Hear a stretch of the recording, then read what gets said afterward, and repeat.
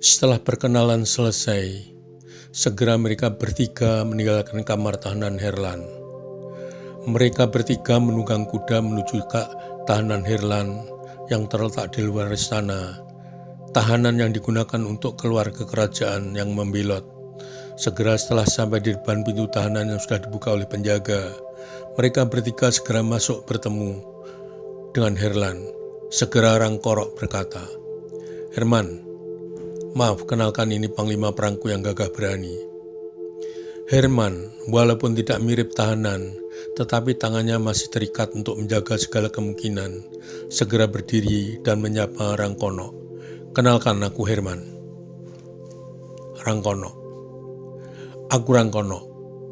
Sambil berjabat tangan model panco, tetapi Herman dengan kedua tangannya masih terikat. Rangkorok, "Herman, sesuai dengan janjimu akan membantu kami dalam mempersatukan wilayah Rangkorok dengan jaminan saudaramu. Herman akan bersama pamanku untuk mengikuti jalannya peperangan dan memberi semangat para prajurit perangku." Herman, "Kapan aku diperbolehkan melihat Herlan?" Rangkorok, "Nanti sudah perang selesai, tetapi tanyalah kepada Rangkono yang baru saja bertemu dan berkenalan dengan saudaramu."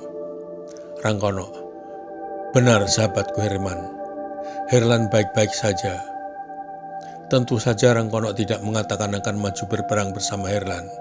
Nampaknya Rangkono cepat tanggap dengan kata jaminan terhadap saudaranya. Masing-masing Herman dan Herlan saling mengira masing-masing sebagai jaminan keselamatan satu sama lain, agar sudi membantu dengan mengatakan untuk mersatukan wilayah, padahal untuk merebut wilayah dengan cara berperang. Selesai pertemuan, maka mereka meninggalkan ruang tahanan Herman, menuju istana dengan menunggang kuda masing-masing. Sesampai di istana, Patih Ranggayung segera berkata, "Rangkono, semua adalah taktik perang atau lebih tepatnya strategi perang. Memanfaatkan keadaan, nanti dalam peperangan hembuskan desas-desus, juga bahwa kesaktian Raja Rangkorok mampu merubah dirinya menjadi tiga. Ini penting anakku. Pertama, untuk membuat kecil hati nyali lawan. Kedua, untuk mengurangi korban perang terhadap prajurit kita untuk merebut wilayah lain." Rangkono, "Benar Paman, hati kecilku juga berkata demikian. Nama siasat perang tentu mencari jalan keluar yang paling baik. Semoga perang merebut tiga wilayah ini memang menang sehingga kita bisa menambah kekuatan sekaligus merebut tiga wilayah. Untuk tidak saling mengetahui posisi antara Herman dan Herlan, malam itu Herman dijemput oleh Patih Ranggayung beserta kelompok komandan pasukan perang untuk berangkat ke perbatasan antara Rangkorok dengan Pucang Lamban, di mana pasukan Rangkorok sudah berada di sana dengan peralatan perang. Mereka di antara beberapa meriam yang dilengkapi dengan 2 roda supaya mudah dipindahkan. Mereka sudah mengenal dan membuatnya masing-masing. Prajurit memperaih dirinya dengan sebilah pedang dan bedil model Gorgo. Sementara Herlan dijemput Panglima Perang Rangkono disertai beberapa komandan pasukan perang menuju ke perbatasan daerah Rangkorok dan Kebonggaru. Seperti halnya pasukan yang dipimpin oleh Patih Ranggayung, pasukan di bawah pimpinan Rangkono juga melengkapi diri dengan peralatan perang yang sama. Sedang Raja Rangkorok yang agung bersama para komandan pasukan beserta para prajurit malam itu menuju perbatasan antara wilayah Rangkorok dengan wilayah Sanggalangi. Mereka melemparkan diri dengan peralatan perang yang sama. Pasukan mereka bergerak dengan penuh semangat karena merasa disertai oleh rajanya yang memiliki pedang sakti. Pedang sakti yang pernah digunakan oleh ayah Raja Rangkorok sewaktu mempersatukan wilayah Rangkorok beserta Patihnya Ranggayung. Bersamaan matahari terbit di ufuk timur, gelegar suara meriam yang ditembakkan beberapa kali ke udara oleh pasukan pimpinan Raja Rangkorok sebagai tanda dimulainya perang merebut wilayah Sanggalangi.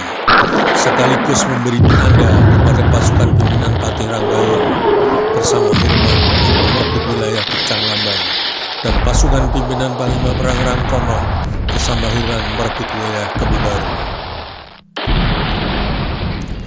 Perang sangat menguntungkan para pasukan Rangkono. Di saat pagi hari badan masih segar dan bersemangat ini, sementara lawan tidak menduga adanya serangan karena mereka mengandalkan perjanjian tidak saling menyerang dengan daerah sekitar. Lagi pula saat pagi hari pasukan yang diserang baru bangun tidur, tentu saja kelabakan mendengar dentuman meriam yang baru saja mereka dengar dan sebelum tidak pernah ada. Sungguh dahsyat terdengar bagi mereka. Bahkan mereka mengira suara dentuman dari gunung berapi Atlantik yang marah. Mereka baru menyadari kalau wilayah mereka diserang setelah terdengar sorak-sorai dari pasukan lawan yang meledakkan barak mereka. Mereka menyerah tanpa perlawanan sama sekali. Itu yang terjadi di Sanggalaga. Nyali mereka semakin ciut melihat pasukan-pasukan menyerang dipimpin langsung oleh Raja Rangkoro yang terkenal sakti karena pedang saktinya. Pimpinan Sanggalangi segera ditahan dan menyerah tanpa syarat.